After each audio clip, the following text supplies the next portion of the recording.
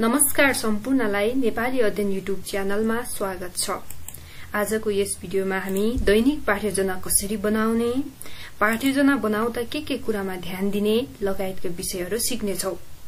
यदि तपाई bachelor level अथवा प्लस 2 लेभलमा अध्ययनरत हुनुहुन्छ भने प्र्याक्टिकलको लागि पाठ्ययोजना निकै महत्वपूर्ण हुन्छ।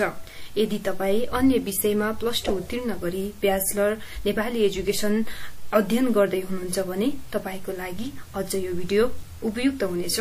सो बुझौ है त दैनिक पाठ्ययोजना कसरी बनाउने अनि के कुरामा ध्यान दिने। सुरुमा हामीले दैनिक पाठ्ययोजना बनाउँदा ध्यान दिनुपर्ने कुराहरू हेर्छौं। त्यसपछि चाहिँ हामीले उदाहरणको लागि बनाएको दैनिक पाठ्ययोजना तपाईहरुलाई नमुनाको रूपमा प्रस्तुत गर्नेछौं है त। ल अब हेरौं है त दैनिक पाठ्ययोजना बनाउँदा ध्यान दिनुपर्ने कुराहरू के हुन् त। पहिला हामीले ध्यान दिनुपर्ने कुरा रहेको छ पाठ्ययोजना नम्बर। तपाईले पहिलोचोटी दैनिक पाठ्ययोजना बनाउँदै हुनुहुन्छ भने चाहिँ तपाईले 1 2 गर्दै क्रमशः लेख्दै जानुपर्ने हुन्छ। त्यसैगरी तपाईले यो भन्दा पनि अगाडि बनाइसक्नु भएको छ भने तपाईको पाठ्ययोजना नम्बर अनुसार राख्नु होला। त्यसैगरी अब हाम्रो यता लेफ्ट साइडमा देख्न सक्नुहुन्छ कक्षा, विषय, एकाइ, पाठ शीर्षक र पाठ्यवस्तु। यसमा चाहिँ तपाईले विद्यालय पनि राख्न सक्नुहुन्छ। हामीले चाहिँ विद्यालय राखेको छैनौं।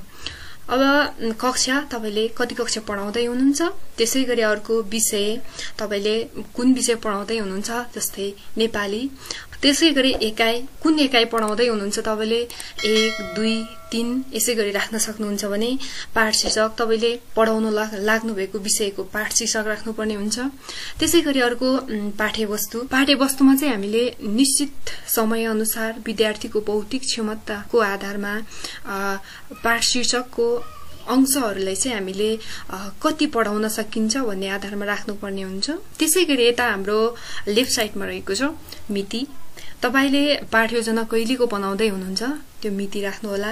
त्यसैगरी घण्टी तपाईको चौथो पाँचौं कुन घण्टी रहेको छ घण्टी राखिदिनु होला। त्यसैगरी समय तपाईले 15 मिनेटको पाठ्ययोजना बनाउँदै हुनुहुन्छ कि 30 मिनेटको पाठ्ययोजना बनाउँदै हुनुहुन्छ कि 45 मिनेटको पाठ्ययोजना बनाउँदै हुनुहुन्छ त्यो अनुसार समय तोक्नु होला। त्यसैगरी अर्को रहेको छ विद्यार्थी संख्या। तपाईले पढाउँदै गर्नु भएको कक्षामा कति विद्यार्थी संख्या रहेको छ त्यो पनि खुलाइदिनु होला। यो भयो हाम्रो सहायक अंगहरू। अब हामी महत्वपूर्ण अंगतिर जाम है त। नम्बर 1 मा रहेको छ विशिष्ट उद्देश्य। विशिष्ट उद्देश्य दैनिक पाठ्ययोजनाको महत्वपूर्ण अंग हो। यसमा विद्यार्थीहरूले पाठ पढिसकेपछि के कुरामा सक्षम हुनेछन् भन्ने उल्लेख गर्नुपर्दछ। जस्तै कथाको सारांश लेख्न, रचनाको प्रमुख भाग र सन्देश व्याख्या गर्न सक्ने, व्याकरण सम्बन्धी नियमहरू प्रयोग गर्न सक्ने जस्ता उदाहरणहरू प्रस्तुत गर्न सकिन्छ। त्यसैगरी अर्को रहेको छ शिक्षण सामग्री। शिक्षण सामग्रीमा हामीले दैनिक पाठ्ययोजनामा प्रयोग हुने सामग्रीहरू जस्तै पुस्तक, सेतोपाटी, मार्कर, कलम, कपी जस्ताहरू पनि प्रयोग गर्न सकिन्छ भने हामीले विषयवस्तुको आधारमा तालिका, चार्ट पेपरहरू, भिडियो, चित्रहरू, रेकर्डहरू प्रयोग गरेर पनि शिक्षण सामग्री निर्माण गर्न सकिन्छ। त्यसैगरी अर्को 3 नम्बरमा रहेको छ शिक्षण सिकाइ क्रियाकलाप। शिक्षण सिकाइ क्रियाकलापमा चाहिँ हामीले कक्षा प्रवेश गरेदेखि विद्यार्थीहरूलाई कक्षा शिक्षण सिकाइमा कसरी प्रभावकारी गर्ने, विद्यार्थीहरू कुन क्रियाकलापबाट चाहिँ एक्टिभ हुन्छ, विद्यार्थीहरूको लागि कसरी सक्रिय गराउन सकिन्छ भन्ने कुराहरू चाहिँ उल्लेख गर्नुपर्ने हुन्छ। जस्तै हामीले शिक्षण सिकाइ क्रियाकलापमा चाहिँ अघिल्लो पाठको छोटो पुनरावलोकन गरेर विद्यार्थीहरूसँग पाठको बारेमा प्रारम्भिक अनुमान गर्न लगाउने, त्यसैगरी पाठको शीर्षक वा लेखनको बारेमा छोटो जानकारी दिने, विद्यार्थीहरूलाई प्रमुख अंशहरू वाचन गर्न लगाउने, कथाको सारांश वा प्रमुख घटनाहरू स्पष्ट पार्ने, त्यसैगरी पाठसँग सम्बन्धित कठिन शब्दहरूको अर्थ खुलाउने, व्याकरण सम्बन्धी नियमहरू बुझाउने, छोटो प्रश्नहरू राख्ने, पाठको मुख्य सन्देशबारे छलफल गर्ने, यसरी नै हामीले शिक्षण सिकाइ क्रियाकलाप गर्न सकिन्छ। त्यसैगरी हाम्रो अर्को रहेको छ मूल्याङ्कन। मूल्याङ्कन चाहिँ हामीले उद्देश्य, सामग्री र शिक्षण सिकाइ क्रियाकलापको आधारमा पनि हामीले मूल्याङ्कन गर्न सकिन्छ।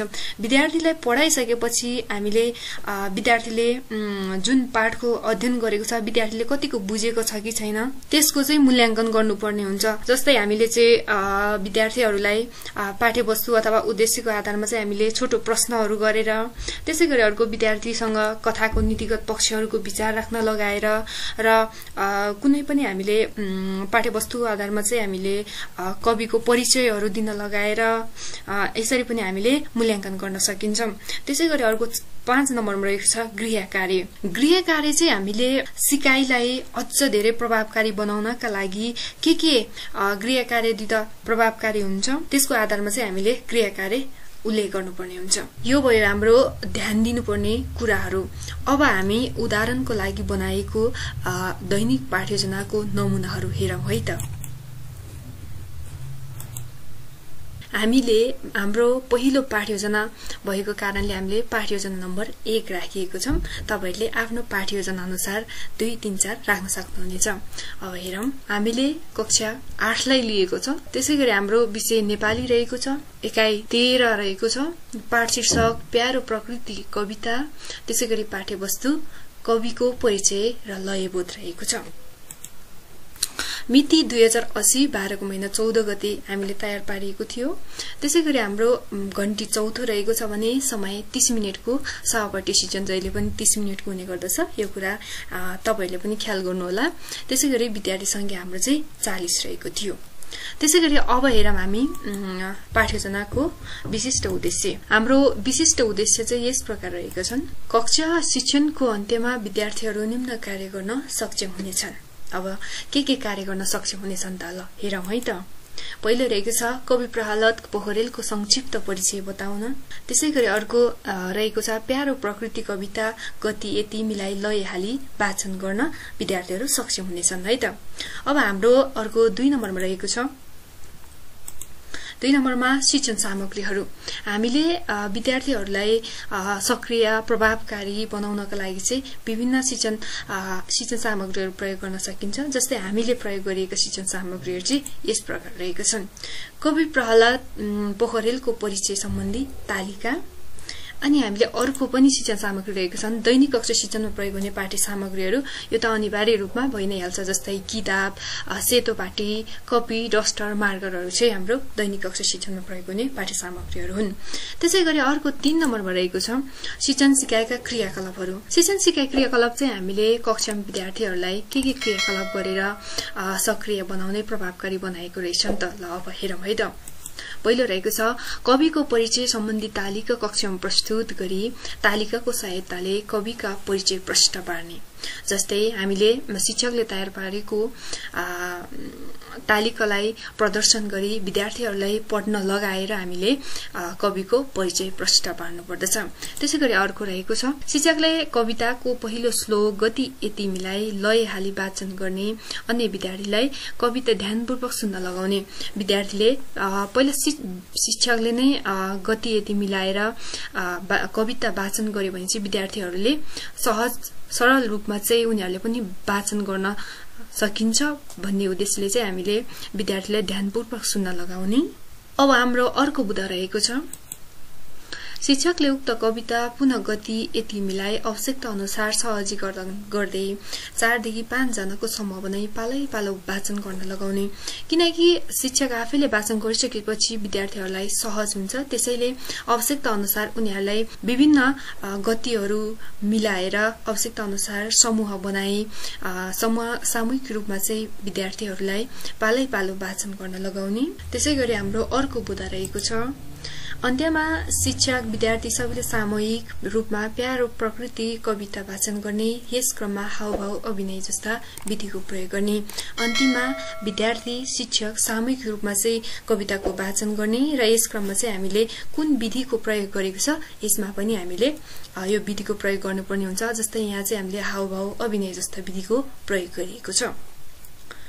त्यसैगरी हाम्रो अर्को रहेको छ 4 नम्बरमा मूल्याङ्कन। मूल्याङ्कन चाहिँ हामीले यसरी गर्न सक्छौं। जस्तै यहाँ कवि प्रहलाद पोखरेलको कुनै 3 कृतिको नाम बताउनुहोस् र अर्को बुँदा पनि रहेको छ प्यारो प्रकृति कविताको पहिलो श्लोक गति यति मिलाई लय हाली वाचन गर्नुहोस्। यसरी पनि हामीले विद्यार्थीहरूको सिकाइ प्रभावकारीको मूल्याङ्कन गर्न सकिन्छ।